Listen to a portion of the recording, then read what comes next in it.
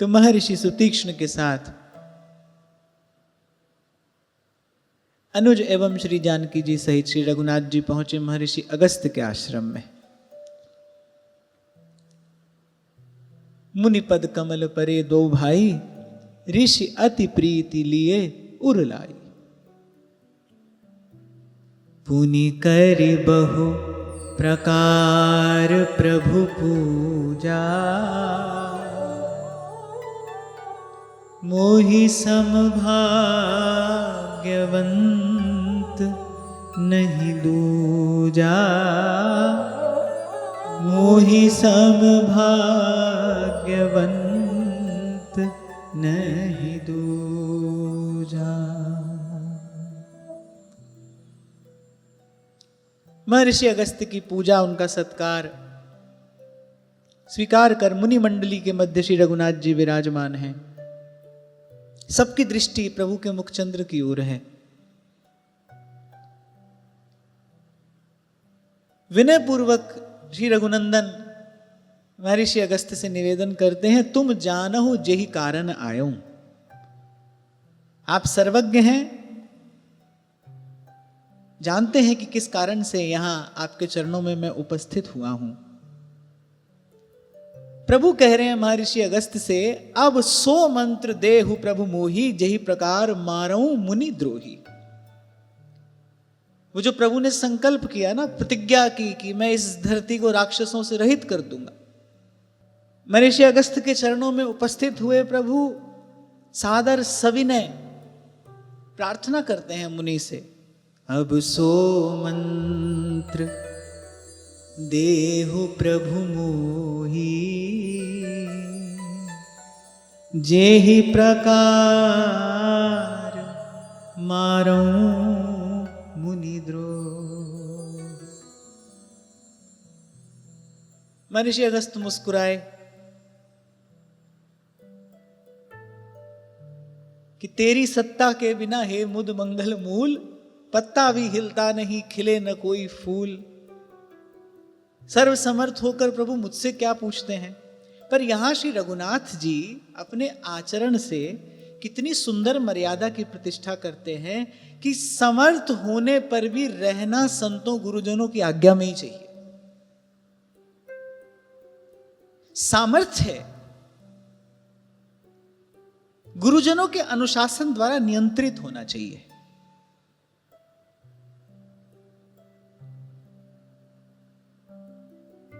कई बार आपसे कहता हूं ना कि यदि शक्ति के साथ भक्ति न हुई तो नारायण में भी नर दिखेगा। सब समझा रहे हैं रावण को, वो शक्ति संपन्न तो है लेकिन उसके जीवन में सत्संग नहीं है, साधु संग नहीं है। अभिमान से भरा उसका हृदय, वो किसी को अपने समान गिनता नहीं। विनम्रता का सर्वथा अभाव है उसमें। सब समझाते रह गए, वो नारायण में भी नर देखता है। और भक्ति हुई तो फिर नर में भी नारायण का दर्शन होता है। सामर्थ्य अर्जित करिए, अच्छी बात है। साधन संपन्न हुई, अच्छी बात है। पर इन सब के साथ यदि सुखी रहना चाहते हैं तो पहले संस्कार संपन्न होना आवश्यक है।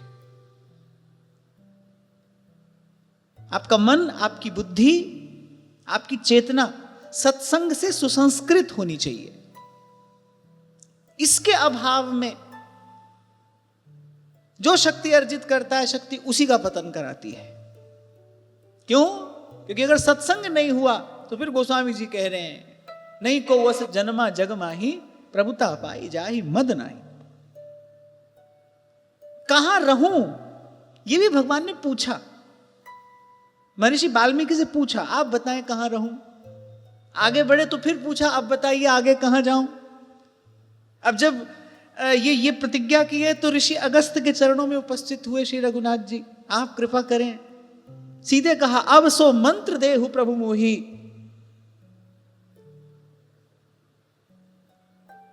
तात्पर्य, सर्वसमर्थ होते हैं महापुरुष, लेकिन फिर भी उनके जीवन में एक बड़ी सुंदर मर्यादा देखी जाती है। ऐसे हम भी शक्ति साधन विद्या बल बुद्धि संपन्न हो, लेकिन रहे संतों गुरुजनों की आज्ञा में, तभी जीवन का उत्कर्ष संभव है, तभी जीवन का कल्याण संभव है। और भगवान अपने आचरण से, क्योंकि मर्यादा पुरुषोत्तम है, मर्यादा की प्रतिष्ठा ही प्रभु के अवतरण का प्रमुख हेतु है, अपने आचरण से प्रभु करके दिखा रहे हैं। श्री रघुराज जी ने पूछा तो महर्षि अगस्त्य मुस्कुरा दिए। मुनि मुस्कान सुनी प्रभु बानी, पूछे हूँ नाथ मोहि काजा।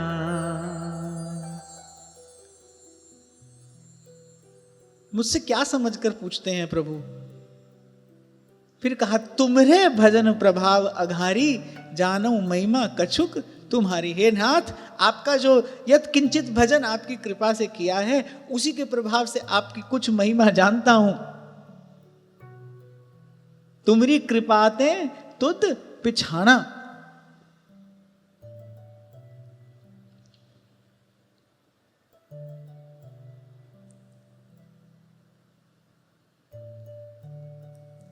अब भगवान हैं, उन्होंने कुछ कहा है, मुनि ने संकेत समझकर अनेक दिव्यास्त्र प्रभु को समर्पित किए, अनेक अनेक शुभाशीष मंगलाशीष प्रभु को प्रदान किए, पर सब कर लेने के बाद ये है बर मांगो कृपा निकेता,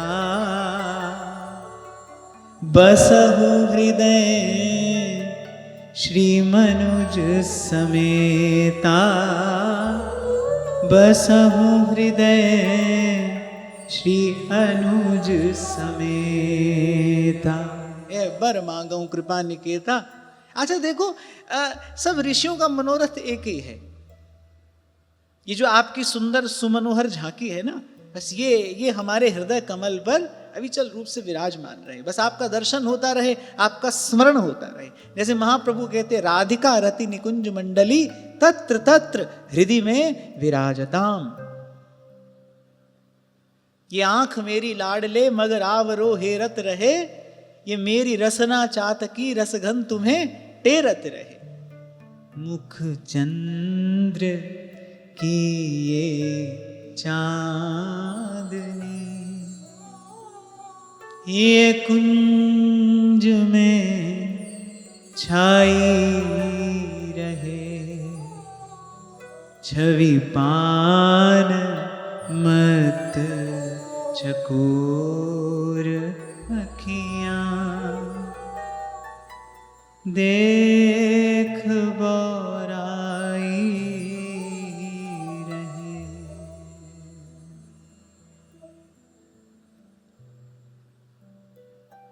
एक और बात यहां दर्शनीय है, कैसी भक्ति, कैसी निर्मल भावना इन ऋषि मुनियों की भी है, कैसे दीन वचन, कैसे विनम्र वचन प्रभु उच्चारण करते हैं।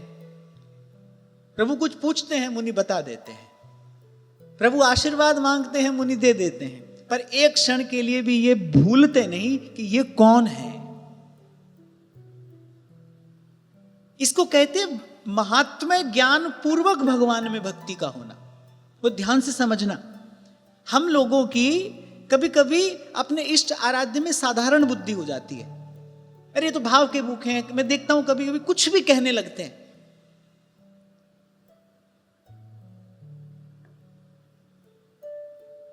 श्री ठाकुर जी के लिए भी कभी कभी हम ऐसा शब्द सुन लेते हैं तो अच्छा नहीं लगता। प्रभु को भी कोई ऐसे कह देता है ना, भाई कुछ भी कह लो, कुछ भी कर लो, पर जीव है तो प्रभु का दास ही। प्रभु जी तुम स्वामी, हम दासा।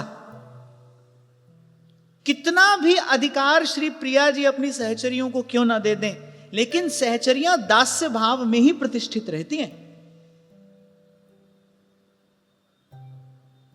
कुंज केली दंपति तहां की करत खवासी।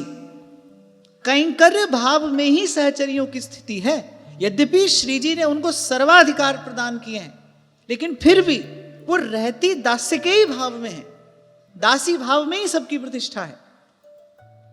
यही जीव का सहज स्वरूप है और इसी में रहने में उसकी शोभा है, इसी में रहने में उसका कल्याण है, इसी में रहने में उसकी प्रसन्नता है। प्रभु जी तुम स्वामी हम दासा। अरे तो भगवान की कृपा करुणा है, उनकी उदारता है। अवगुण करे समुद्र सम गिनत ना अपनो जान, राई के सम भजन को मानत मेरु समान। ये तो ठाकुर जी की कृपा करुणा है, तो उनकी उदारता है। कई बार आपको मैं एक उदाहरण देता हूं ना, जैसे कोई स्वामी अपने किसी विश्वास पात्र सेवक पर प्रसन्न होकर उसको पावर ऑफ अटॉर्नी दे दे। जो अधिकार उसके पास है वही अधिकार उसने उसको भी दे दिया, तो क्या सेवक को यह भूल जाना चाहिए कि मैं सेवक हूं?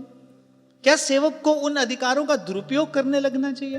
नहीं, ये तो स्वामी की उदारता है। उसने अपनी सी सामर्थ्य, उसने अपनी सी शक्ति सेवक को दे दी, पर सेवक को अपने स्वरूप को नहीं भूलना चाहिए। भगवान ने आशीर्वाद मांगा, मुनि ने आशीर्वाद दे दिया। भगवान ने कुछ और चाहा, मुनि ने सब दिव्यास्त्र भी समर्पित कर दिए, पर अंत में मुनि भूले नहीं, याचना करते हैं। अबिरल भगति बिरति सत्संगा, अबिरल भगति बिरति सत्संगा, चरण सरोरुहु प्रीति अभंगा, चरण सरोरुहु प्रीति अभंगा, संतत दासन देहु बड़ाई, संतत दासन देहु बड़ाई, ताते मोहि पूछे हूँ रघुराई, ताते मोहि पूछे हूँ रघुराई। जय जय राम राजा राम, जय जय राम सीता राम, जय जय राम राजा राम, जय जय राम सीता राम, जय जय राम राजा राम, जय जय राम सीता राम, जय जय राम राजा राम, जय जय राम सीता राम। मुनि ने कहा अविरल भगति बिरति सतसंगा, चरण सरोरुहु प्रीति अभंगा। प्रगाढ़ भक्ति वैराग्य सतत सत्संग कृपा पूर्वक प्रदान करिए प्रभु। आपके चरण कमलों का अटूट अखंड प्रेम मुझे प्राप्त हो।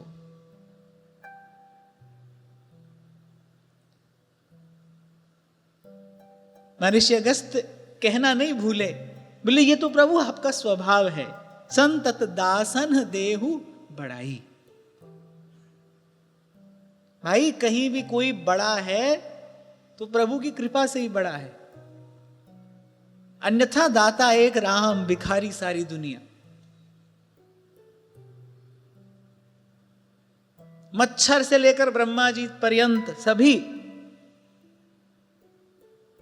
याचक ही हैं प्रभु के द्वार के। राम बढ़ाए कोई बढ़े, बल से बढ़े न कोई। प्रभु किसी को बड़ा करते हैं तो कोई बड़ा होता है।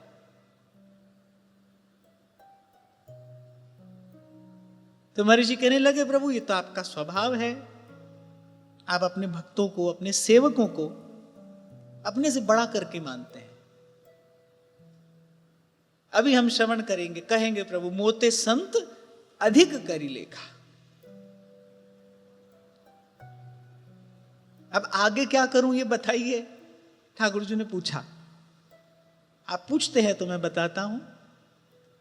पंचवटी में जाकर निवास करिए, आपका आगे का लीला कार्य वहीं से सिद्ध होगा। तो गोदावरी के निकट सुंदर पंचवटी में प्रभु ने आकर निवास किया और जब ते राम की न तह वासा, सुखी भये मुनि बीती त्रासा। खर दूषण के आतंक से सब संत ऋषि मुनि आतंकित रहते थे। जब से प्रभु आए, सुखी भये मुनि बीती त्रासा। अब इसके बाद गोस्वामी जी एक बड़ा छोटा सा सुंदर मार्मिक प्रसंग वर्णन करते हैं। बैठे हैं श्री रघुनाथ जी के चरणों में श्री लखनलाल जी। सत्संग होने लगा, सत चर्चा होने लगी। लक्ष्मण जी ने पूछा, ईश्वर जीव भेद प्रभु सकल कहो समुझाई, जाते होई चरण रति शोक मोह भ्रम जाए। हे प्रभु, आपका स्वरूप, आपकी माया का स्वरूप, जीव का स्वरूप, ये सब मुझसे कहिए। कोई ऐसा उपाय, ऐसी विधि भी बताइए जिससे आपके चरण कमलों में निष्केवल प्रेम प्राप्त हो जाए, जीव को परम विश्राम प्राप्त हो जाए। देखो, ये गुरु की दया, ये गुरु की कृपा करुणा होती है। वो भगवान से प्रसाद लेकर जीव को देता है। ये महाप्रभु की कृपा करुणा है कि निकस कुंज ठाड़े भय भुजा परस्पर अंश। आप कभी इन शब्दों का चिंतन करना। महाप्रभु कह रहे निकस कुंज, निकस माने कुंज से बाहर निकलकर, क्योंकि कुंज में तो किसी का प्रवेश नहीं है। जो रस सबते दूर, वहां तो किसी का प्रवेश है नहीं। अगम निगम की कौन चलावे, महाविष्णु के मन नहीं आवे।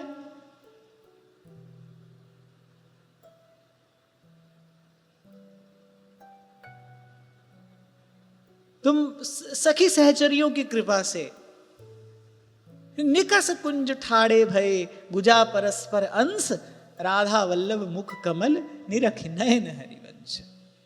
संत गुरु की कृपा होती है, वो भगवान से प्रसाद लेकर जीव को देता है।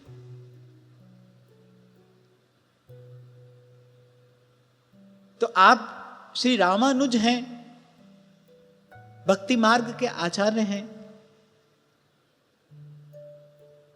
आज जगत गुरु भगवान सन्मुख बैठे हैं, थोड़ा अवकाश भी है, तो श्री लखनलाल जी ने मन में विचार किया कि इस अवसर का समुचित लाभ लेना चाहिए।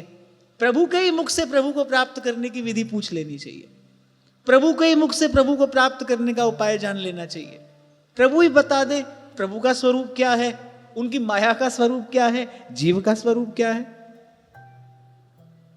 मुस्कुरा दिए श्री रघुनाथ जी और कहा, थोरे मह सब कहूं बुझाई, सुनहु तात मति मन चित लाई। मन चित्त और बुद्धि लगाकर सुनना। हम भी ऐसा ही सुने, प्रभु की आज्ञा है। माया क्या है? मैं और मोर तोर तै माया, जेहि बस कीन्हे जीव निकाया। गो गोचर जहाँ लगी मन जाई, सो सब माया जाने हूँ भाई। मैं और मोर तोर तैं माया। और इन सबके भी मूल में क्या है? मैं। सब फसाद की जड़ यही है, मैं। तभी अनुभव प्राप्त महापुरुष कहते हैं, जब मैं था तब हरि नहीं, अब जब हरि है मैं ना है। क्योंकि मैं के साथ ही मेरा जुड़ा है। मैं है तो मेरा है, मेरा है तो वहां तेरा भी है, मेरे के साथ तेरा है। और कह रहे मेरा तेरा माया है। तभी तो उस दिन आपसे कह रहा था, एक मेरा तेरा छोड़कर हम आते हैं, दूसरे मेरे तेरे में लग जाते हैं। मेरा घर, मेरा परिवार, मेरा व्यापार, मेरा सामान, मेरा सम्मान, चलो ये सब छूटा, भगवान की बड़ी कृपा हुई। फिर यहां आए, फिर यहां हुआ क्या हुआ? मेरा संप्रदाय, तुम्हारा संप्रदाय, मेरे गुरुजी, तुम्हारे गुरुजी।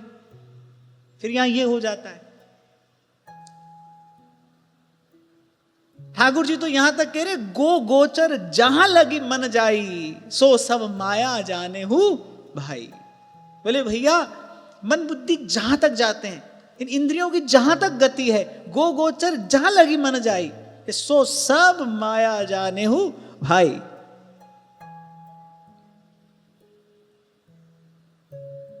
ठाकुर जी ने माया के भी दो भेद कहे, एक विद्या एक अविद्या। फिर जो अविद्या है, एक दुष्ट अतिशय दुख रूपा, जा बस जीव परा भव कूपा, और एक रचई जग गुण बस जाके, प्रभु प्रेरित नहीं निज बल ताके। एक अविद्या है जिसके बस में ये जीव इस भवकूप में पड़ा है। एक विद्या है, यहां विद्या से तात्पर्य ये प्रकृति है जिसके वश में गुण है, गुण माने त्रिगुण है। पर भगवान ने कहा उसका भी अपना बल कुछ नहीं है, अपने बल पर अकेली वो भी कुछ नहीं कर सकती। या भगवान संकेत में कह रहे हैं भाई जो सब है ना, है तो हमारा ही, मम माया।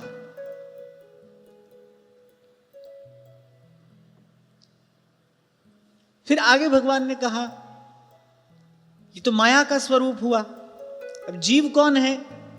बोले जो ना माया का स्वरूप जानता है, ना ईश्वर का स्वरूप जानता है, ना ही अपना स्वरूप जानता है। बोले जी कुछ नहीं जानता है वही जीव है। माने जो अज्ञान के अंधकार में पड़ा है, कुछ नहीं जानता, ना माया के स्वरूप को समझता है, ना ईश्वर के स्वरूप को समझता है, ना ही अपने स्वरूप को समझता है, वो जीव है। और जो माया और जीव दोनों का प्रेरक है, दोनों का स्वामी है, वो ईश्वर है। फिर ठाकुर जी ने कहा तुमने मार्ग पूछा है, उपाय पूछा है, वो भी तुमको कहते हैं। एक मार्ग तो ये है, धर्मते बिरति जोगते ज्ञाना, ज्ञान मोक्ष प्रद वेद बखाना। धर्म का पालन करो, अपने कर्तव्य कर्म का पालन करो, ठीक प्रकार से करोगे क्या होगा, संसार के विषयों से धीरे धीरे उपरति हो जाएगी, विरक्ति हो जाएगी। ज्ञान प्राप्त करने की योग्यता जीव अर्जित कर लेगा। ज्ञान प्राप्त होने से क्या हो जाएगा? ते साधन को फल यह है, मुक्ति जीव की होए, मुक्त हो जाएगा। अच्छा, ये ज्ञान मार्ग की बात ठाकुर जी ने एक ही पंक्ति में कह दी, धर्मते विरति जोगते ज्ञाना, ज्ञान मोक्ष प्रद वेद बखाना। फिर ठाकुर जी अपनी मन भाई बात कहते हैं, जाते बेगी द्रवों में भाई, सो मम भगति भगत सुखदा। दो बात कह दी श्री ठाकुर जी ने ये कह के, बोले जिससे मैं बड़ी शीघ्र प्रसन्न हो जाता हूं। माने उस रास्ते से आप शीघ्र प्रसन्न नहीं होते, शायद नहीं होते। तभी ध्रुवदास जी ने कहा तैसे ही कठिन है ज्ञान पथ निबटत बिरला कोई।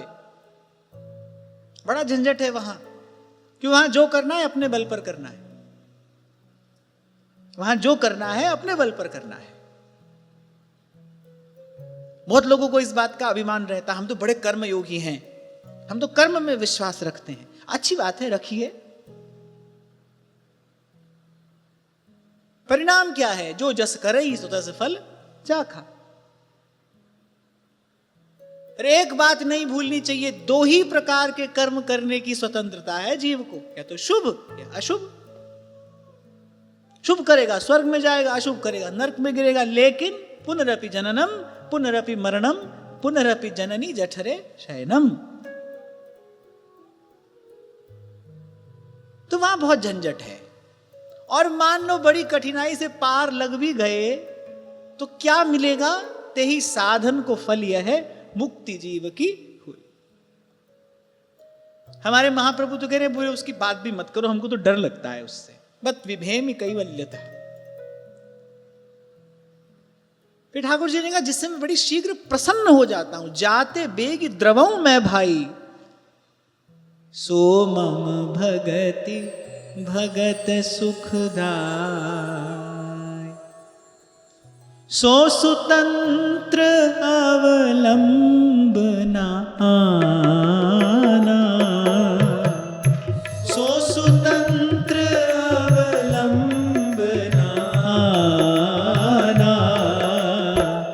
तेहि आधीन ज्ञान विज्ञाना, तेहि आधीन ज्ञान विज्ञाना। भगति तात अनुपम सुख मूला, भगति तात अनुपम सुख मूला। मिलै जो संत होई अनुकूला, मिलै जो संत होई अनुकूला। मन राम राम बोल रे, राम राम बोल, मन राम राम बोल रे, राम राम बोल, मन राम राम बोल रे, राम राम बोल, मन राम राम बोल रे, राम राम बोल, मन राम राम बोल रे, राम राम बोल, मन राम राम बोल रे, राम राम बोल, मन राम राम बोल रे, राम राम बोल, मन राम राम बोल रे, राम राम बोल।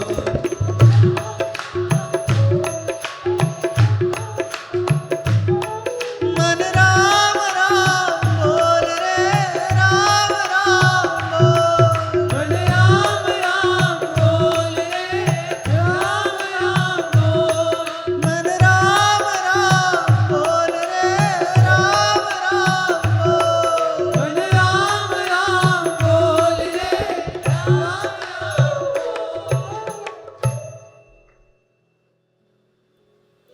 अभी ठाकुर जी ने कहा सो स्वतंत्र अवलंबन आना, उसको किसी ज्ञान विज्ञान के आश्रय की आवश्यकता नहीं है। भक्ति स्वतंत्र सकल सुख खानी।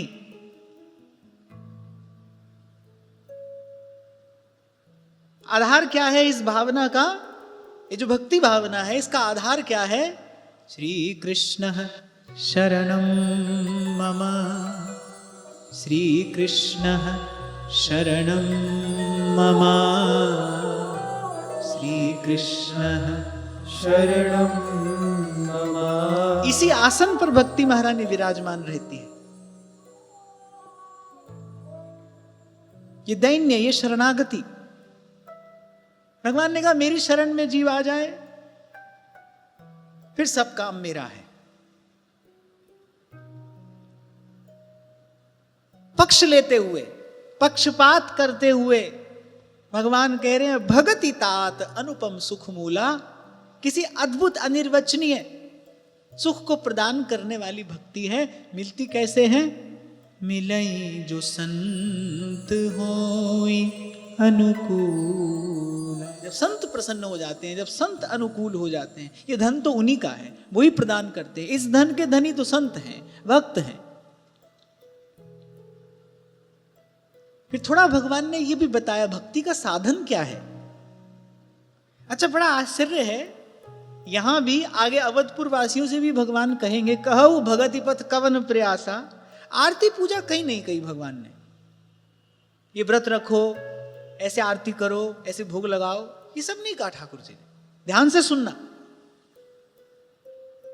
कहा प्रथम ही विप्र चरण अति प्रीति, निज निज कर्म निरत श्रुति नीति। गौ ब्राह्मण की सेवा करते हुए, संतों भक्तों की सेवा करते हुए, कहा निज निज कर्म निरत श्रुति नीति। जो सदा मैं आपसे निवेदन करता हूं, जो काम आपके हिस्से आया है ना, भगवत विधान से जो कर्म कर्तव्य आपको मिला है, पहले ठीक प्रकार से उसको करिए। अपना मन माना किया, जो जो हिस्से आया था वो तो छोड़ दिया, अब निकले भजन करने। ये प्रसंग मैं इसीलिए विस्तार से कह रहा हूं। बात तो बड़ी थोड़ी सी कही प्रभु ने, पर बड़े काम की है। ये प्रसंग मैं इसलिए कह रहा हूं कि प्रभु स्वयं अपने तक पहुंचने का मार्ग बता रहे हैं। भगवान स्वयं भक्ति का स्वरूप यहां पर बता रहे हैं। सार स्वरूप सिद्धांत है ये। भगवान ने कहा प्रथम ही विप्र चरण अति प्रीति।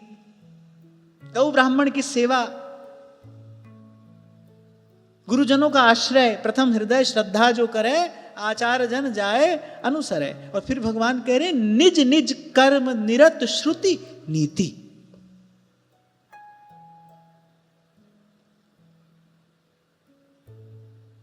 कठौती में गंगा प्रकट करने वाले रैदास पर जूता गांठते हैं, उनको कोई संकोच नहीं है। हमारे हिस्से ये काम आया है, यही करेंगे और साधु सेवा करेंगे। कपड़ा बुनते हैं कबीर, उनको कोई संकोच नहीं है।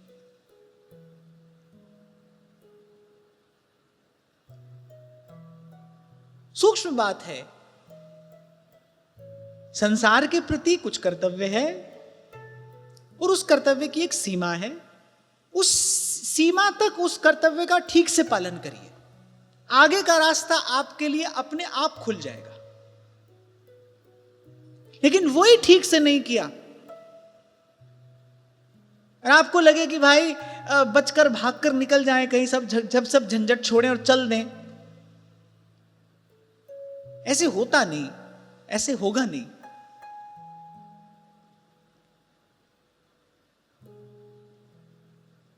पलायन श्री कृष्ण को तो बिल्कुल भी प्रिय नहीं है। अपने कर्तव्य कर्म से भाग जाना ये श्री कृष्ण को प्रिय नहीं है। इसी से रोका भगवान ने अर्जुन को, गीता का उपदेश दिया, कहा निमित्त मात्रम भव सव्यसाचन।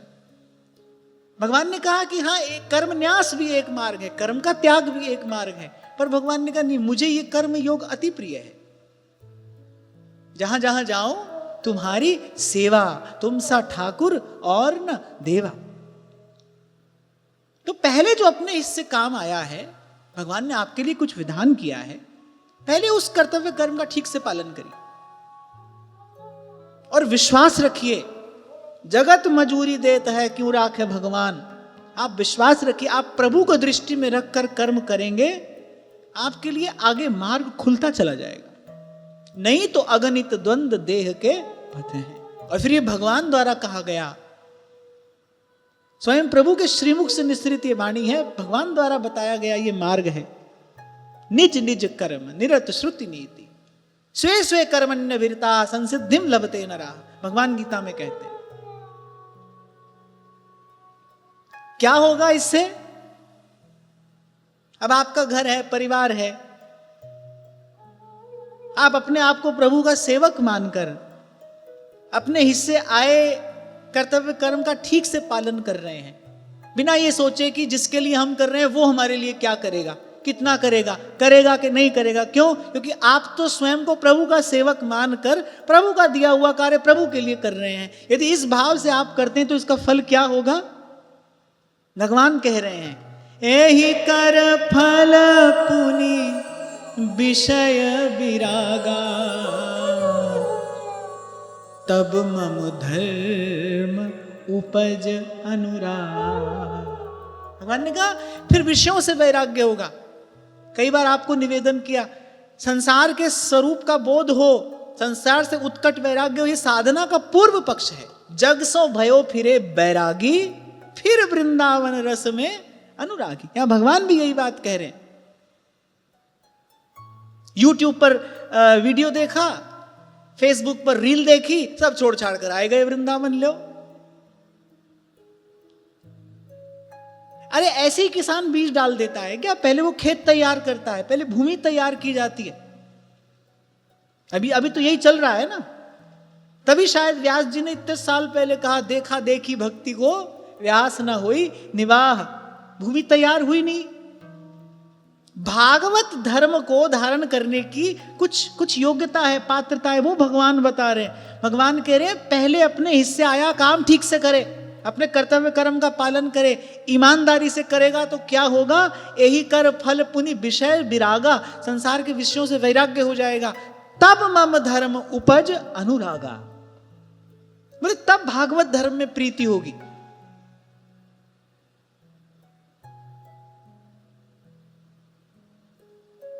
तब भागवत धर्म में अनुराग होगा।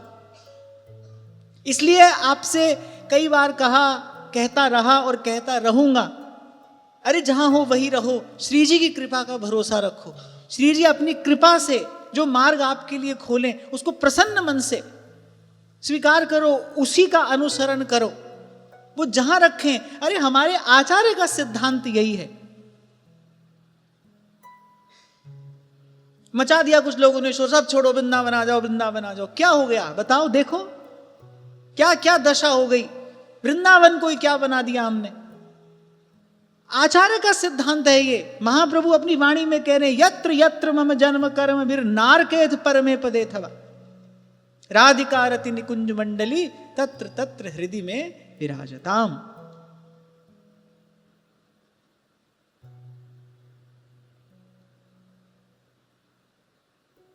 अरे भगवान हैं, उनकी आप पर दृष्टि है। आप ईमानदारी से प्रभु के लिए एक कदम चलोगे, वो 100 कदम आपकी तरफ दौड़ कर आएंगे।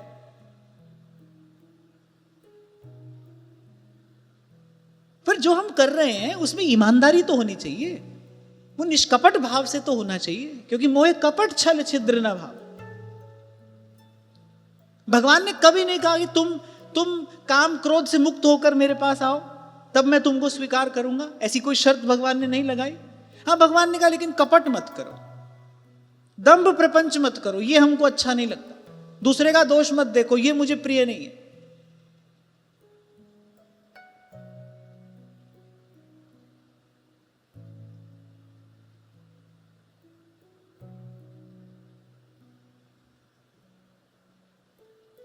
तो भगवान ने कहा इस प्रकार कोई चले, फिर भागवत धर्म में उसका अनुराग उत्पन्न होता है।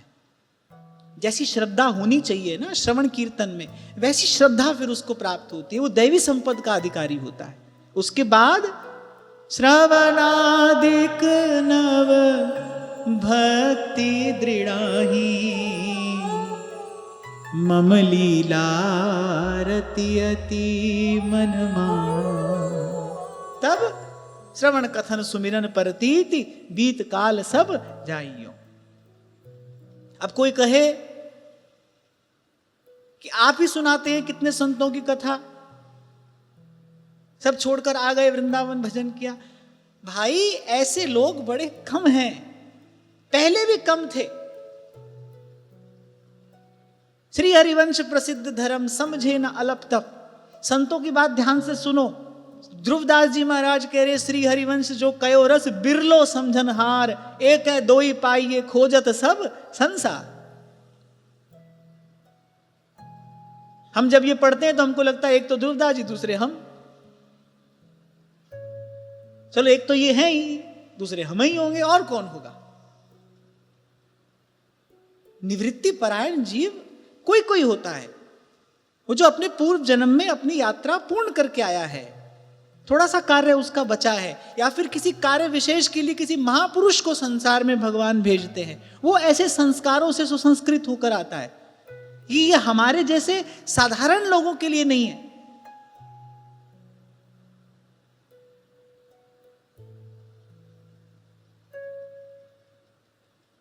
भगवान आदि शंकराचार्य जी के जीवन में ये चरित्र आता है ना। कहीं जा रहे थे, यात्रा पर थे, मछली खा लिए। अब बाईसा की तरह वो कसूभी साड़ी, पांव में घुंघरू, हाथ में करताल, तो कोई भी उठा लेगा, क्षमा करना, वो तो कोई भी कर लेगा। लेकिन विष पीने की सामर्थ्य सबकी नहीं है, और किसी को ऐसी चेष्टा करनी भी नहीं चाहिए। वो संत भक्त कुछ विशेष होते हैं, वो कुछ विशिष्ट विभूतियां होती हैं जो भगवान के धाम से आती हैं। वो निवृत्ति परायण जीव होते हैं, वो संसार के कल्याण के लिए भगवान भेजते हैं। हमारे लिए तो भगवान यही मार्ग बता रहे हैं, भाई अपने हिस्से आया काम ठीक से करिए। अगर घर गृहस्थी में भी हो तो हमारे यहां सब आश्रमों की तरह गृहस्थ भी एक आश्रम ही है। और महाभारत तो कहती है कि सब आश्रमों में श्रेष्ठ गृहस्थ आश्रम है। जितने भी भगवान के अवतार हुए भाई गृहस्थ के यहां ही तो हुए हैं। जितने भी संत भक्त संसार में आए हैं किसी गृहस्थ के यहां ही तो प्रगटे होंगे।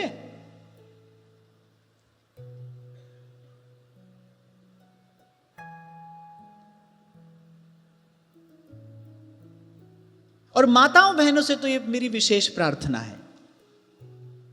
हमको भाई मौका मिला है तो हम कह देते हैं, और मैं तो पहले दिन से आपसे कह रहा हूं कि आप मेरी बात मानो, ऐसा आपको कोई आग्रह नहीं, मेरे को उपदेश दे ही नहीं रहा, हम तो यहां चर्चा कर रहे हैं, तो भगवत चर्चा है। पर फिर भी अब अपना बालक समझना, मैं माताओं बहनों से एक विशेष प्रार्थना करता हूं कि शास्त्र की आज्ञा भी यही है, संतों भक्तों की वाणी का हम चिंतन करते हैं तो भी कुछ ऐसा ही मार्ग हमको प्राप्त होता है। और देश काल की परिस्थिति का अगर हम विचार करें, आज के समय का यदि हम विचार करें, तो भी भाई सबसे अच्छा स्थान भजन करने का अपना घर है।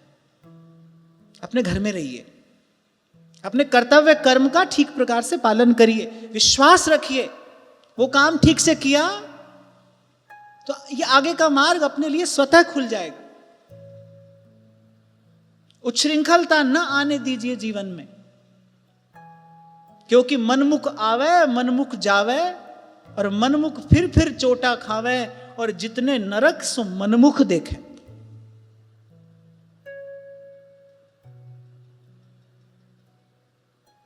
शास्त्र की, गुरुजनों की बात पर पैर रखकर आज तक किसी का कल्याण नहीं हुआ भाई, हमारा कैसे हो जाएगा?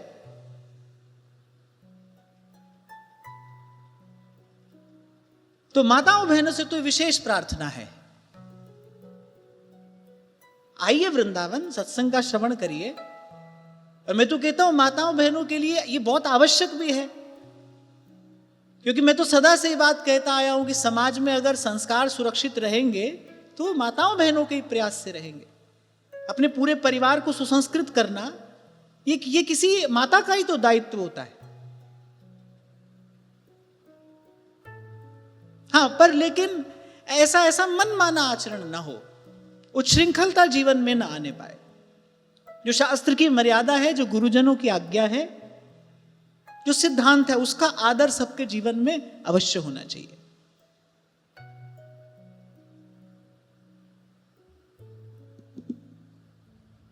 फिर आगे भगवान ने कहा, संत चरण पंकज अति प्रेमा, मन क्रम बचन भजन दृढ़ नेमा, गुरु पितु मातु बंधु पति देवा,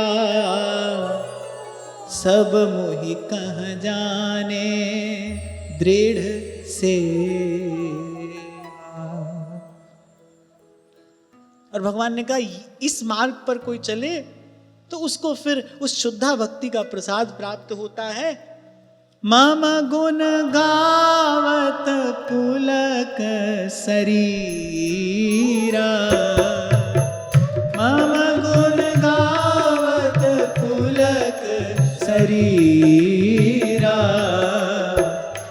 गद गद गिरा नयन बह नीरा, गद गद गिरा नयन बह नीरा, काम आदि मद दंभ न जाके, काम आदि मद दंभ न जाके, तात निरंतर बस में ताके, तात निरंतर बस में ताके, बचन करम मन मोरी गति, भजन करहि निह काम, तिनके हृदय कमल महु करऊं सदा विश्राम। जय जय राम राजा राम, जय जय राम सीता राम, जय जय राम राजा राम, जय जय राम सीता राम, जय जय राम राजा राम, जय जय राम सीता राम, जय जय राम राजा राम, जय जय राम सीता राम। तो भगवान ने कहा, जिनको मन कर्म वचन से केवल मेरा ही आसरा है, मेरा ही सहारा है, मेरा ही भरोसा है, और जो निष्काम भाव से मेरा भजन करते हैं, उनके हृदय कमल में मैं सदा ही विश्राम करता हूं।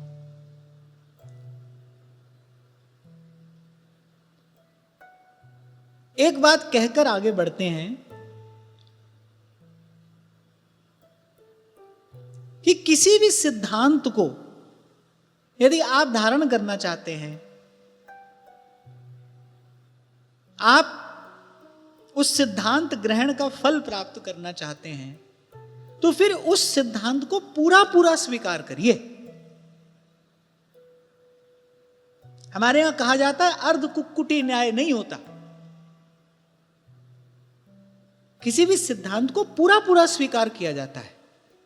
आधा अधूरा अपनी इच्छा से आप चुन नहीं सकते कि आपको जो अनुकूल पड़ा, आपको जो आसान लगा वो आपने ले लिया, बाकी छोड़ दिया। जैसे उस व्यक्ति ने कहा कंठी पहन के प्याज लहसुन तो छोड़ दिया, लेकिन झूठ बोलना कैसे छोड़ें? अब सब नियम तो फॉलो नहीं कर सकते।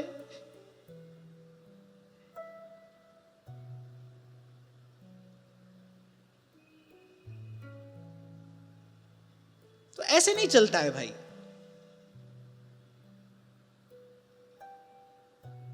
इसलिए मेरा तो दायित्व है, जो बात यहां कही गई है उस बात को मैं यथावत आपके सामने रखूं, और फिर शास्त्र में जो कहा गया है वो आपके मेरे हित के लिए कहा गया है, आपके मेरे कल्याण के लिए कहा गया है।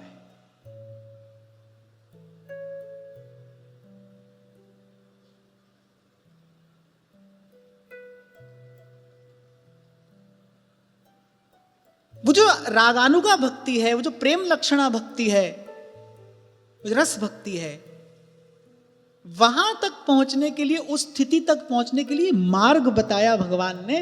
और उसमें सबसे पहली बात कही, निज निज कर्म निरत श्रुति नीति।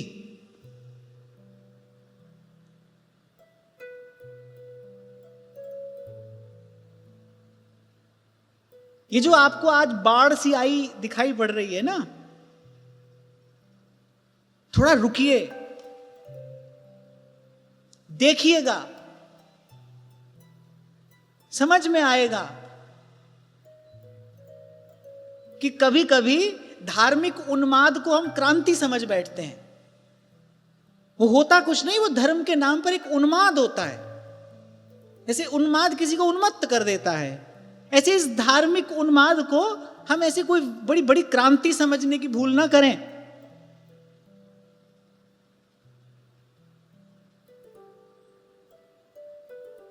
और हम लोगों का ये दायित्व है, मैं अपनी बात कर रहा हूं, हम लोगों का ये दायित्व है कि यथामति सीधी सच्ची बात आपको निवेदन करते चले।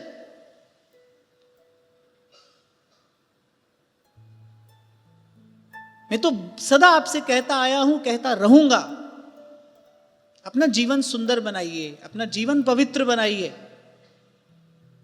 अपने जीवन को संयम सदाचार से युक्त करिए।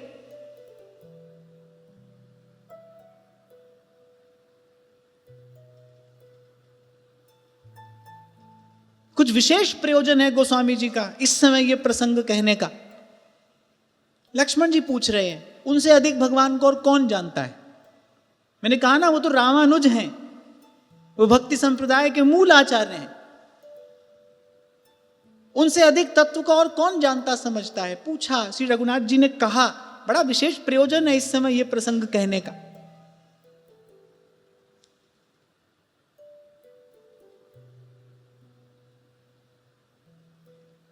घर में बड़ी प्रतिकूलता है, क्या करें, नहीं होता भजन। अरे साधक प्रतिकूलता से नहीं घबराता, और जो प्रतिकूलता से घबराए वो साधक कैसा? और फिर जब तक शरीर है भाई, दुख सुख लगा रहता है, लगा रहेगा।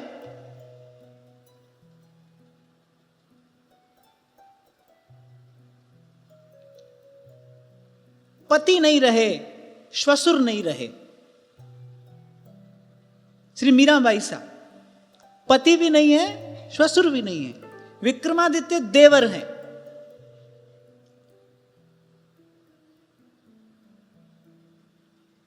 चाहती छोड़ देती, घर चल पड़ती।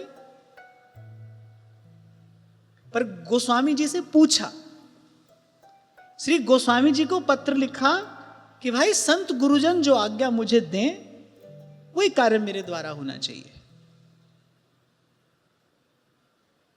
पति भी चले गए, ससुर भी चले गए, देवर के प्रति तो कोई जवाबदेही होती नहीं, वो तो पुत्रवत है। पर गोस्वामी जी से पूछा, गोस्वामी जी की आज्ञा मिली, तब महल से बाहर पैर रखा, तब घर छोड़कर चली। इसीलिए गीता में भगवान ने कहा यत्तद अग्रे विषमिव परिणामे अमृतोपम। आप कहते हैं बड़ी बड़ी प्रतिकूलता है, भगवान तो पहले घोषणा पूर्वक कह रहे हैं भाई ये मार्ग कठिन है। संत तो गा गा कर कह रहे हैं खरो ही कठिन है भजन ढिंग ढरी वो, भजन ना हो खेल खिलौना। कोई ऐसी बात तो है नहीं कि भक्त भगवान छुपा कर रख रहे हैं आपसे हमसे, वो तो पहले ही कह रहे हैं कठिन है। सरल कहा किसने?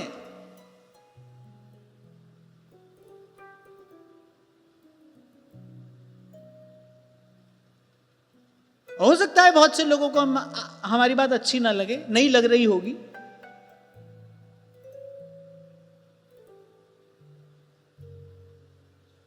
पर मेरा दायित्व तो इस स्थान के प्रति है जहां प्रभु ने मुझे बैठाया है। मेरा कर्तव्य, मेरा दायित्व इस स्थान के प्रति है।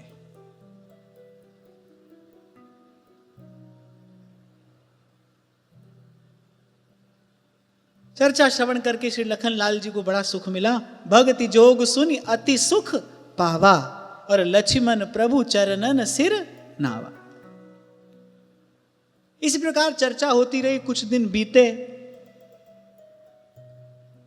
और फिर आई कौन? शूर्पणखा। सूपनखा रावण के बहिनी, दुष्ट हृदय दारुण जस अहिनी। पंचवटी सो गई एक बारा, देख बिकल भई जुगल कुमार। शूर्पणखा कौन है? ये दुर्वासना ही शूर्पणखा है। जहां प्रभु विराजमान है वहां पहुंची,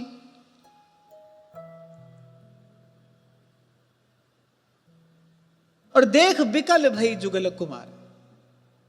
श्री राम लक्ष्मण दोनों का रूप देखकर, राम का रूप देखकर काम से पीड़ित हो रही है।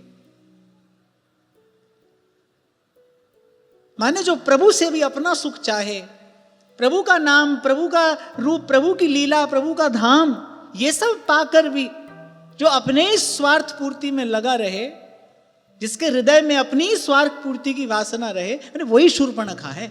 राम का रूप देख रही है, राम को देखकर उसके हृदय में काम उत्पन्न हो रहा है। ये बड़ी विचित्र स्थिति है। कोटि मनोज लजावन हारे, ऐसा श्री रघुनाथ जी का रूप है। चिदानंद भय में देह तिहारी, ऐसा प्रभु का रूप स्वरूप है। उसको देखकर शूर्पणखा के मन में वासना उत्पन्न हो रही है, मुझे मिल जाए। ऋषि भी व्याकुल हुए हैं, बहुत ध्यान से सुनना।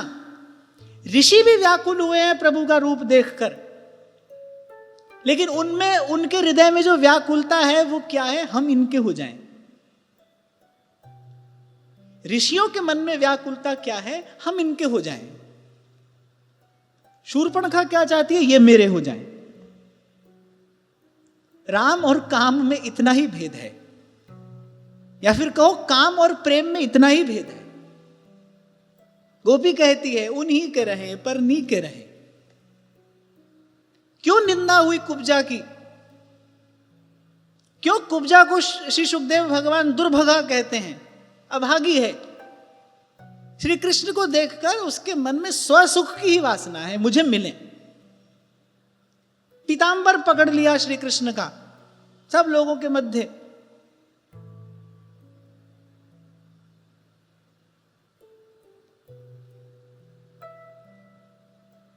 तो जो दुर्वासना है वही शूर्पणखा है, भगवान को देखकर।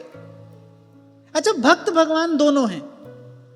कहा देख बिकल भई जुगल कुमारा।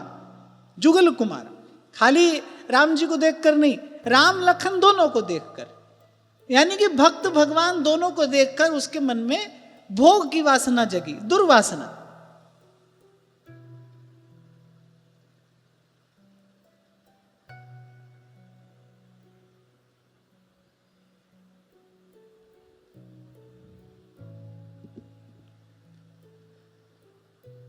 अब बड़ी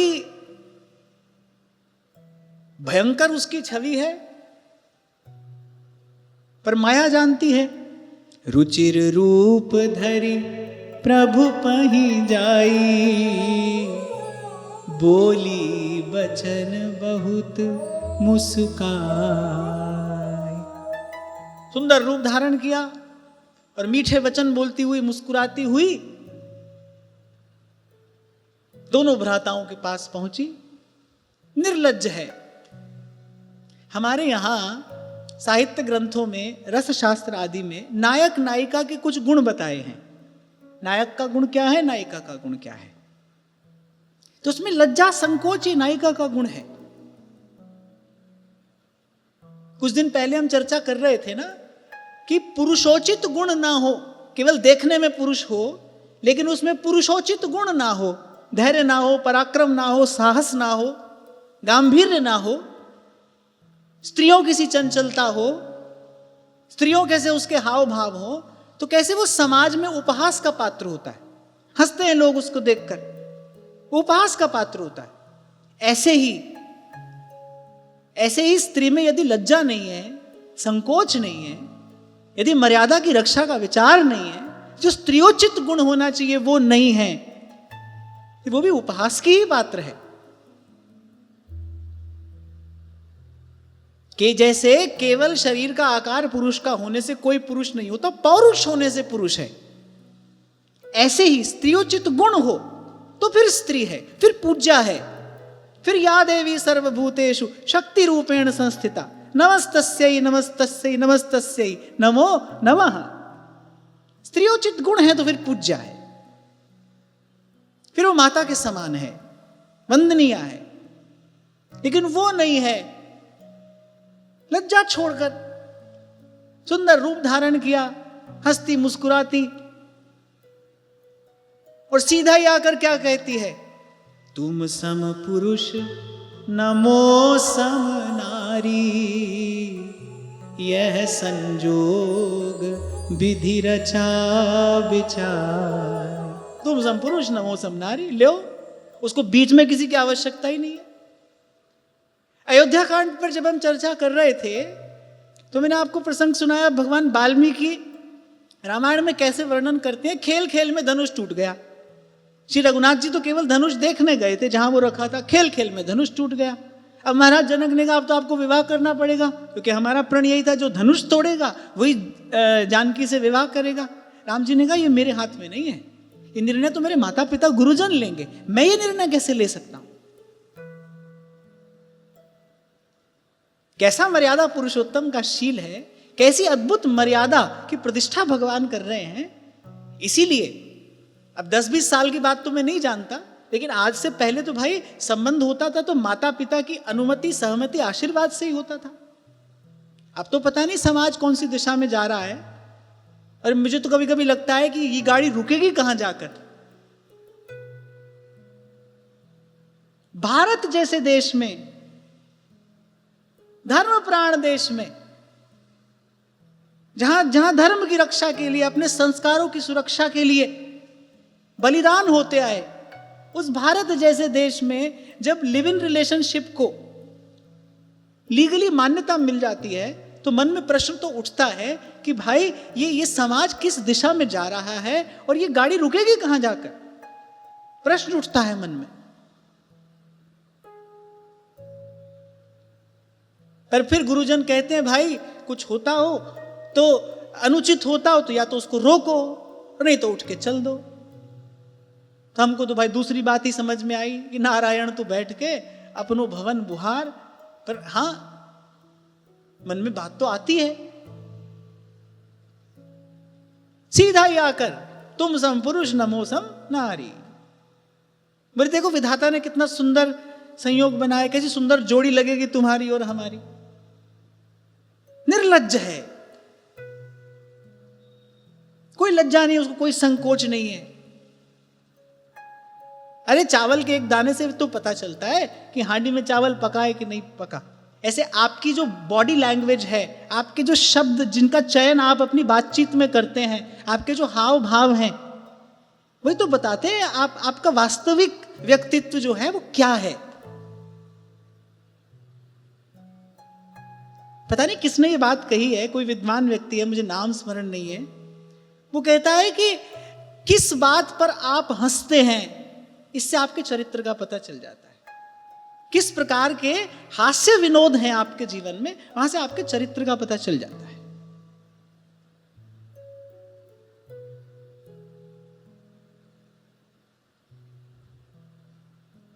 थोड़ी सी लीपा पोती की, कहा ना रुचिर रूप धरी प्रभु पही आई। रुचिर रूप धरी है तो मैली कुचैली, दुर्गंध आती है उससे, बड़ा विकराल वेश है उसका, कुरूपा है, पर रुचिर रूप धरी।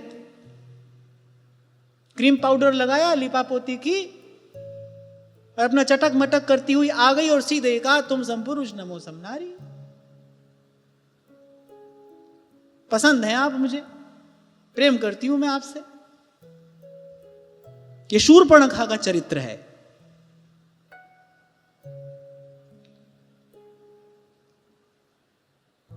ये और कह रही है मम अनुरूप पुरुष जग माही, देखें खोज लोक तिहूं नाही।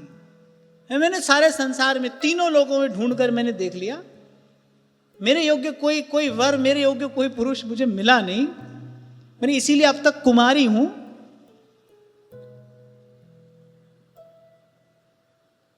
तुमको देखा तो लगा हां यहां थोड़ी बात बन सकती है। यही कह रही है, मन माना कछु तुम्ही निहारी। बोले तुमको देखा तो लगा हां यहां थोड़ी बात बन सकती है, चलो ये ठीक है। तीनों लोगों में घूम ली मैं, अपने योग्य कोई मुझे मिला नहीं, अब तुम थोड़ा जच रहे हो मुझे। श्री रघुनाथ जी की दृष्टि श्री जानकी जी की ओर है। ध्यान रखना, प्रभु की दृष्टि हमेशा भावना पर होगी, वासना पर नहीं। जानकी जी भावना है, भक्ति भाव। शूर्पणखा दुर्वासना है। लक्ष्मण जी ने देखा, पहचान गए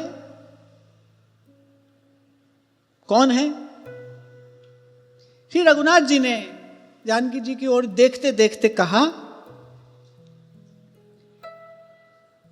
कि मैं तो विवाहित हूं, एक पत्नी व्रतधारी हूं। बोले ये जो है ना, ये छोटे, ये मेरे अनुज हैं और अभी तक कुमार हैं।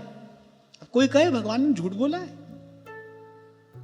लक्ष्मण जी का तो विवाह हुआ है। और यहां कह रहे हैं, यहां प्रभु की श्रीमुख वाणी है, बोले अहै कुमार मोर लघु भ्राता।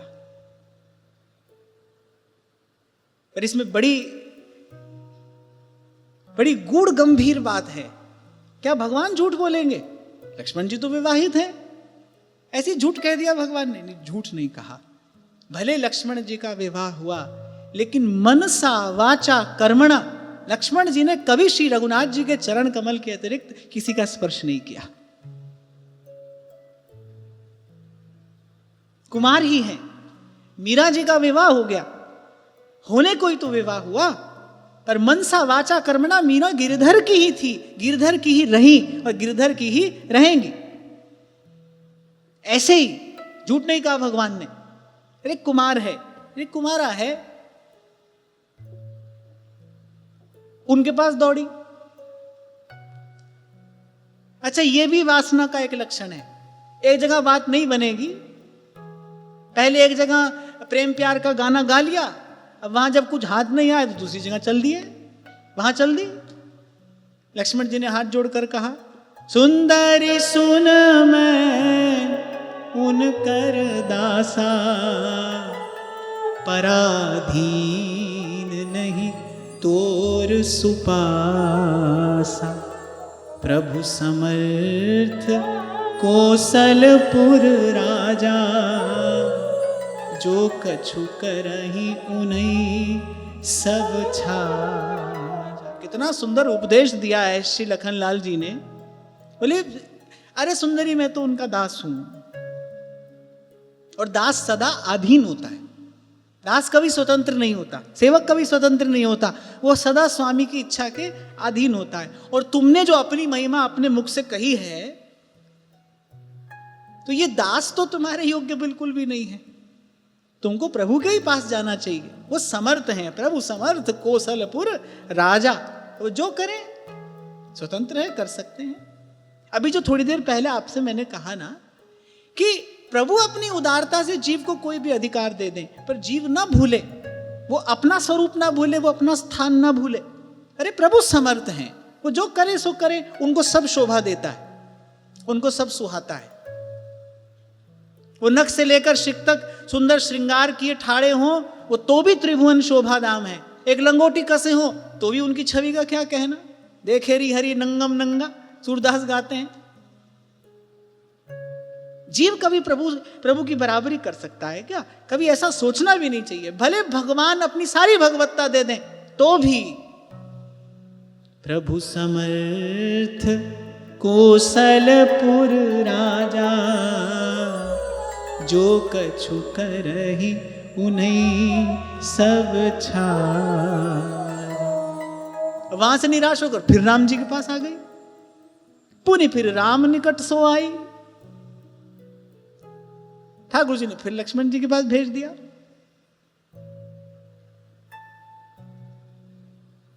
अब लक्ष्मण जी थोड़ा अपने स्वरूप में आए।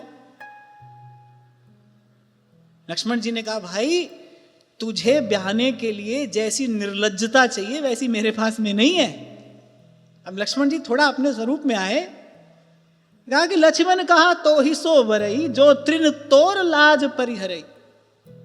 बोले जो सर्वथा निर्लज्ज होगा, बोले वही तो तेरे जैसी निर्लज्जा का वर्ण करेगा। कैसी कैसी लज्जाहीन है तू, तुझे ना कोई लाज है ना कोई संकोच। काम आतुराणाम न भयम न लज्जा। रूप तो कैसे सुंदर युवती का तूने धारण किया है, लेकिन स्त्रियोचित कोई भी गुण तो तुझ में दिखाई नहीं देता।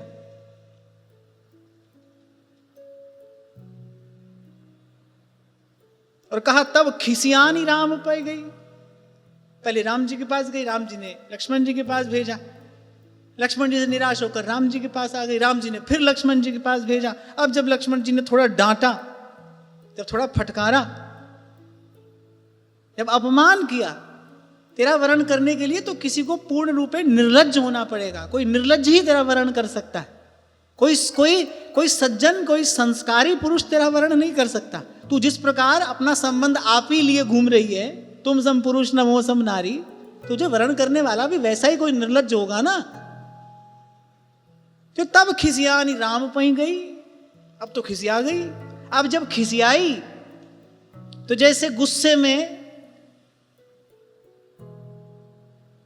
जैसे क्रोध में आकर फिर भूल जाता है ना व्यक्ति, वो जो चिकनी चुपड़ी बात बना रहा था उसे भूल जाता है, फिर उसका वास्तविक व्यक्तित्व प्रकट होता है। अरे तब खिसियानी राम पई गई, रूप भयंकर प्रगटित भई। भयंकर रूप उसने अपना जो वास्तविक रूप था वो प्रकट कर लिया। जानकी जी घबरा गई। वो अत्यंत सुकुमारी श्री मिथिलेश नंदिनी घबरा गई। सीता ही सभय देखी रघुराई, कहा अनुज सन शयन बुझाए। राम जी ने संकेत किया, लक्ष्मण समझ गए। लक्ष्मण अति लाघव सो नाक कान बिनु कीन्ही, ताके कर रावण कहा मनो चुनौती दी। जय जय राम राजा राम, जय जय राम सीता राम, जय जय राम राजा राम, जय जय राम सीता राम। बड़ी फुर्ती से श्री लक्ष्मण जी ने बिना नाक कान की कर दिया। शायद तभी से ये बात चली होगी, कट गई ना नाक, बिना नाक कान की कर दिया श्री लखन जी ने, और मानो सीधे सीधे रावण को चुनौती दे दी। अब हाय हाय करती पहले खरदूषण के पास गई। खरदूषण आए बड़ी भारी सेना के साथ, अकेले श्री रघुनाथ जी ने उनका संहार किया। फिर उसके बाद पहुंची रावण के दरबार।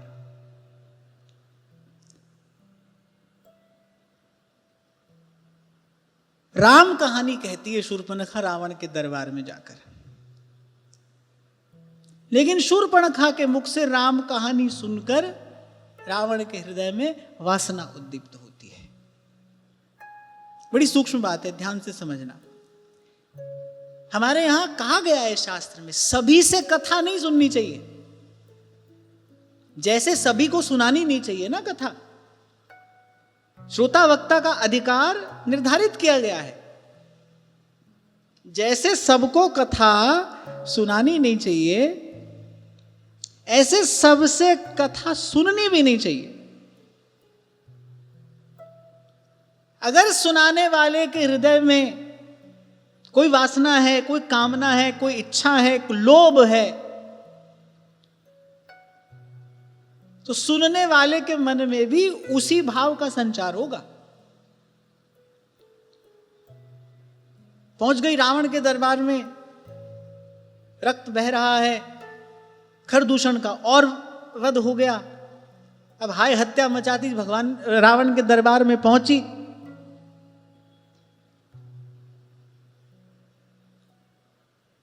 सभा माज परिव्याकुल बहु प्रकार कह रोय, तो ही जियत 10 कंधर मोरी की असी गति हो।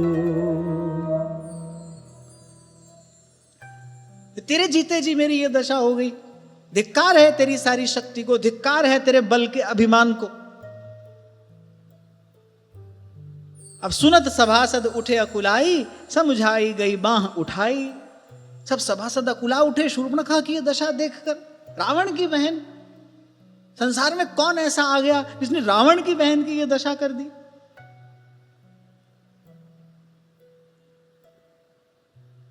अच्छा, कितना दुखी होकर शूर्पणखा आई है।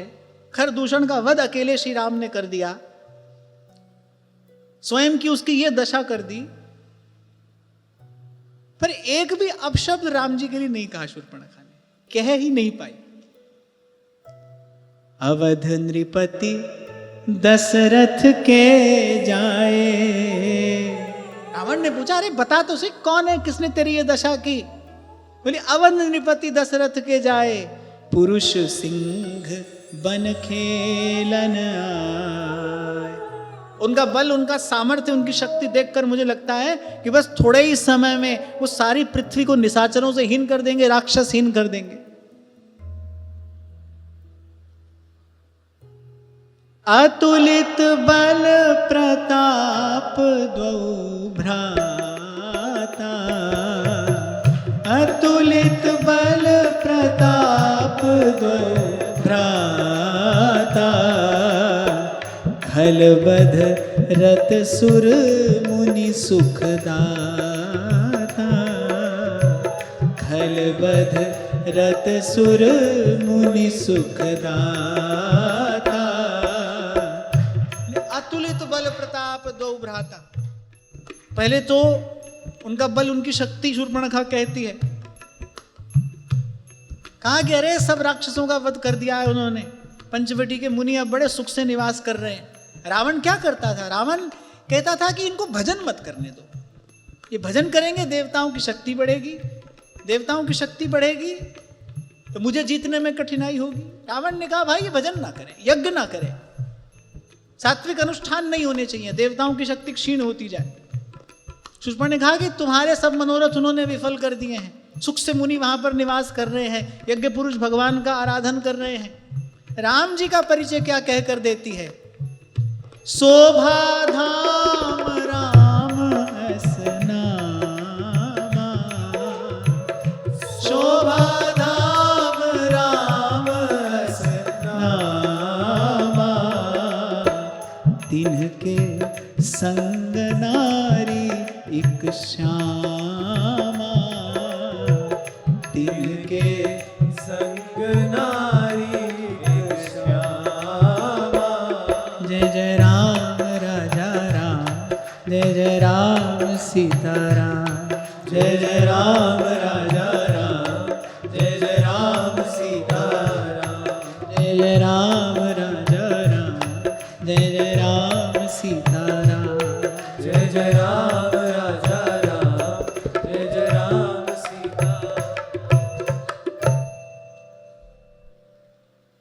कोसना चाहिए था, अपमानजनक शब्द कहने चाहिए थे, खरदूषण का वध कर दिया, शूर्पणखा की ये दशा कर दी प्रभु ने।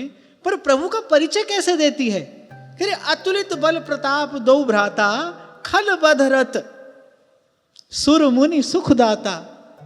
जैसे राम जी की छवि का स्मरण हुआ, ना चाहते हुए भी मानो उसके मुख से यही शब्द निकले, शोभा धाम राम अस नामा,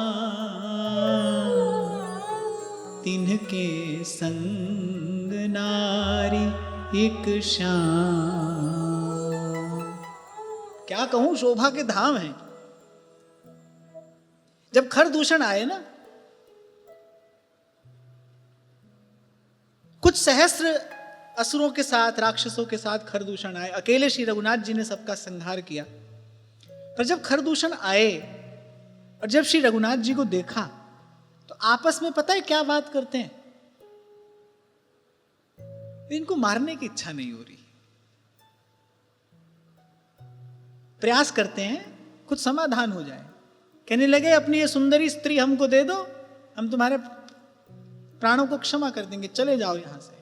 आपस में बतियाते हैं, भाई क्या करें, इनको मारने की इच्छा नहीं होती। शूर्पणखा आई है, प्रभु का स्मरण जब करती है, अरे शोभा धाम राम अस नामा। ऐसा प्रभु का रूप है, बैरी भी बैर नहीं कर सकता प्रभु से। जैसे अंगराज कर्ण कहते थे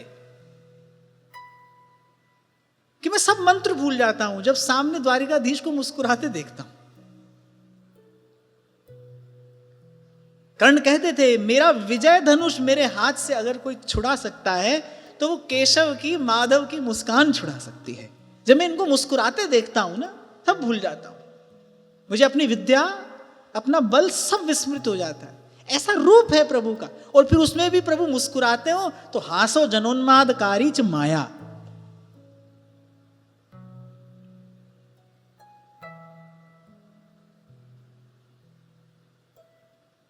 विरूप कर दिया, अपमानित किया, प्रताड़ित किया, दुत्कार कर भगा दिया, फिर भी आकर कहती क्या है?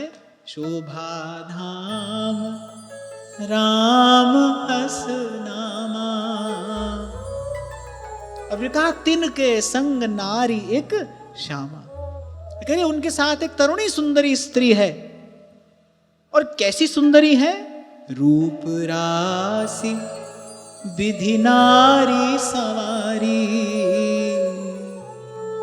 विधाता ने ऐसा बनाया है। अब शूर्पणखा क्या जाने श्री जानकी जी के स्वरूप को, उसकी दृष्टि में तो वो ब्रह्मा द्वारा रची कोई विशेष सुंदरी स्त्री ही है। कहा रूप राशि विधि नारी सवारी, रति सत कोटि तासु बलिहार। 100 करोड़ रति भी उसके रूप पर न्यौछावर की जा सकती है। एक छोटा भाई है, उसी ने ये मेरे नाक कान काटे हैं, और तेरी बहन का ऐसा उपहास किया है, ऐसा अपमान किया है। अब रावण के हृदय में वासना का संचार कर दिया शूर्पणखा ने। इसलिए आपसे अभी निवेदन किया कि हमारे शास्त्र में जैसे श्रोता का अधिकार कहा गया है, ऐसे वक्ता के लिए भी कुछ कहा गया है। सोई सेवक रसिक अनन्य विमल यश विस्तरे। ऐसे सेवक जी कहते हैं ना, श्रोता सोई परम सुजान सुनत चित रति करे। ऐसे सोई सेवक रसिक अनन्य विमल यश विस्तरे। भगवत कथा का, भगवत चर्चा का, भगवान के गुणानुवाद का उद्देश्य केवल केवल केवल भगवत अनुराग की प्राप्ति होना चाहिए, बस इसके अतिरिक्त और कुछ नहीं, केवल यही। एक कथाई तो है, एक भगवान के नाम का, भगवान के गुण का कीर्तन ही तो है जो विशुद्ध प्रेम प्रदान करने वाला है। अगर इसको भी हम कहीं और खर्च कर देंगे फिर जाएंगे कहां? ऐश्वर्य विभूति प्राप्त करने की अनेक अनेक विधियां धर्मशास्त्रों में वर्णित हैं। स्वर्ग का भोग चाहिए, लोक में उन्नति चाहिए तो अनेक अनेक अनुष्ठान हमारे शास्त्रों में वर्णित हैं, वो करने चाहिए। पर भगवान की कथा, श्री राम कथा, श्री कृष्ण कथा, भगवान के नाम का कीर्तन, भगवान का गुणानुवाद, अरे ये तो भगवान का प्रेम प्रदान करने वाला है। भगवान की कथा भगवत चरणारविंद की रति प्रदायिनी है। कथा कीर्तन केवल भगवान के लिए होना चाहिए, भगवान के प्रेम के लिए होना चाहिए। कोई सात्विक मनोरथ भी हो वो भी बाधक है। कभी कभी देखा जाता है ना, अमुक स्थान की सेवा के लिए कथा हो रही है, अमुक अमुक विषय के लिए कथा हो रही है, पर ये सात्विक भावना भी भगवत प्रेम प्राप्ति में बाधक है। कथा कीर्तन केवल भगवान के अनुराग के लिए, भगवत प्रेम के लिए है। और पुनः कहूं कि और सब प्राप्त करने के लिए और सब विधियां हैं, और सब कुछ प्राप्त करने के लिए और सब उपाय हैं, वो करिए। कथा तो भक्त भगवान के सुख के लिए है, आनंद के लिए है। श्रवण मंगलम। अभी कुछ दिन पहले हमने चर्चा की थी, क्या मंगल होता है श्रवण से?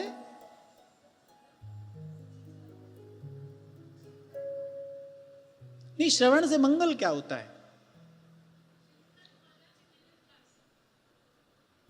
भूल गए, फिर से सुनना। श्रवण मंगलम श्रीमदाततं भुवि गृह्णन्ति ते भूरिदा जना। रावण के हृदय में उसने वासना का संचार कर दिया, उसका जो मनोरथ था वो सफल हो गया। और जब रावण ने सुना, खरदूषण का वध कर दिया। अब रावण मन में विचार करता है कि खरदूषण मोहि सम बलवंता, तो मेरे समान बलशाली थे। तिनहि कुमारई बिनु भगवंता। वरना देवताओं में ऐसी सामर्थ्य, मनुष्यों की तो बात ही क्या है, देवताओं में भी ऐसी सामर्थ्य नहीं है जो खरदूषण को मार सके, मेरे समान बलशाली हैं वो। रावण ने मन में विचार किया, अब भाई पंडित तो वो है ही, सुर रंजन भंजन मही भारा, जो भगवंत लीन अवतार। यदि देवताओं को आनंद देने वाले, पृथ्वी का भार हरण करने वाले ये भगवान ही हैं, तो मैं जाई बैरी हठ करूं, फिर तो मैं हठ पूर्वक बैर ही करूंगा, और प्रभु का बाण लगेगा, कल्याण हो जाएगा मेरा। क्यों? क्योंकि होई ही भजन न तामस देहा, मन क्रम वचन मंत्र दृढ़ एहा। बोले भाई अपने से भजन तो होगा नहीं। अभी थोड़ी देर पहले मैं कह रहा था ना आपसे, अपनी योग्यता, अपनी पात्रता, अपनी सामर्थ्य का ठीक प्रकार से विचार होना चाहिए। रावण जानता है भाई मुझसे भजन नहीं होगा, रावण का कल्याण हो गया, कल्याण तो हुआ ना, प्रभु के चरणों की प्राप्ति हुई उसको। हम पता नहीं कहां जाएंगे। क्यों? क्योंकि देखा देखी ना, अपनी योग्यता का कुछ विचार है, अपने आप से कोई परिचय ही नहीं है, कभी अपने भीतर जाकर देखा ही नहीं, अपना कोई परिचय नहीं है, इसको देखा उसको देखा चल पड़े। आज तो भाई यही आपसे अभी कह रहा था, आज तो फेसबुक पर रील देखकर व्यक्ति चल पड़ता है, सब छोड़ा चलो वृंदावन आ गए।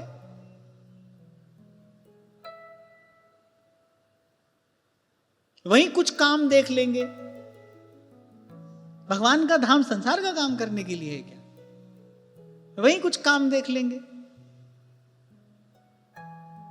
सोचो, यहीं पर आकर तुमने काम देखा, पहले तो संसार में झूठ कर रहे थे, झूठ सच हो रहा था, अब भगवान के धाम में हो रहा है।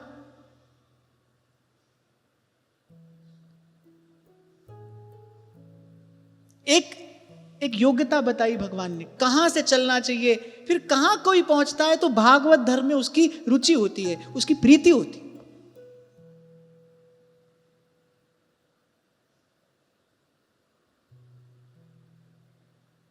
कुछ दिन पहले किसी ने पूछा था, उस समय बात नहीं हो पाई। बोले ध्रुवदास जी ने तो लिखा ही है कि वृंदावन की रेणु में मरी बहु मंगल आई। कैसे भी वृंदावन आ जाओ, फिर भले कुछ करो नहीं करो, भले पांव पसार के सोते रहो, छल कपट करो, वृंदावन में तो हैं। अगर यहां पर मर जाएंगे तो वृंदावन की रेणु में मरी बहु मंगल आई। इतना ही तो कहा है, मंगल आई। यही तो कहा है। क्या मंगल होगा? यही होगा कि भाई जो भी अगला जन्म मिलेगा वो धाम में मिलेगा।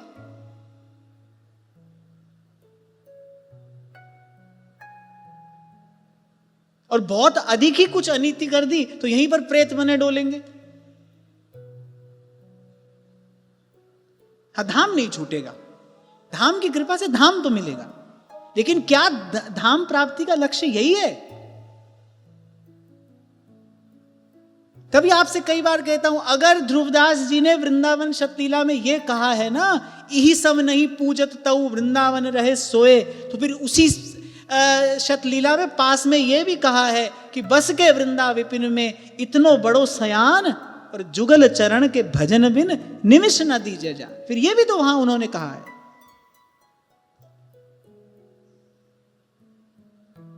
तो रावण को पता है भाई, होई ही भजन न तामस देहा, मन क्रम बचन मंत्र दृढ़ ए। अरे कम से कम मनसा वाचा कर्मणा एक तो है वो। खूब भली प्रकार से उसने मन में विचार लिया, भजन कर लेंगे। बोले नहीं भाई, हमसे नहीं होगा, तो हमारे लिए जो मार्ग हम वही करें। तो कहा कि अगर भगवान होंगे तो मेरा कल्याण हो जाएगा। और जो नर रूप भूप सुत को, तो हरिहूं नारी जीत रन दो। और अगर साधारण कोई राजकुमार होंगे तो उनको जीत कर उनकी स्त्री को हर लाऊंगा। मेरी बहन का उन्होंने अपमान किया है, मेरी बहन का उन्होंने उपहास किया है, तो उन दोनों को इसी प्रकार दंडित करूंगा। तो चला अकेला जान चढ़ तहमा, बस मारीच सिंधु तट जहां। मारीच के पास पहुंचा और उधर श्री रघुनाथ जी अंतर्यामी प्रभु जान गए कि अब लीला कार्य पूर्ण होने का समय उपस्थित है। लक्ष्मण जी कंदमूल लेने के लिए गए हैं, उनको भी इस रहस्य के विषय में कुछ नहीं पता। श्री रघुनाथ जी ने श्री जानकी जी को अग्निदेव को समर्पित किया। छाया सीता श्री रघुनाथ जी के पास में है। और आज की वार्ता यहीं श्री जी के चरणों में निवेदन करते हैं, आगे की चर्चा कल करेंगे। महाराज श्री के चरणों में प्रणाम। आप सब के हृदयस्थ हित प्रभु को, भाव प्रभु को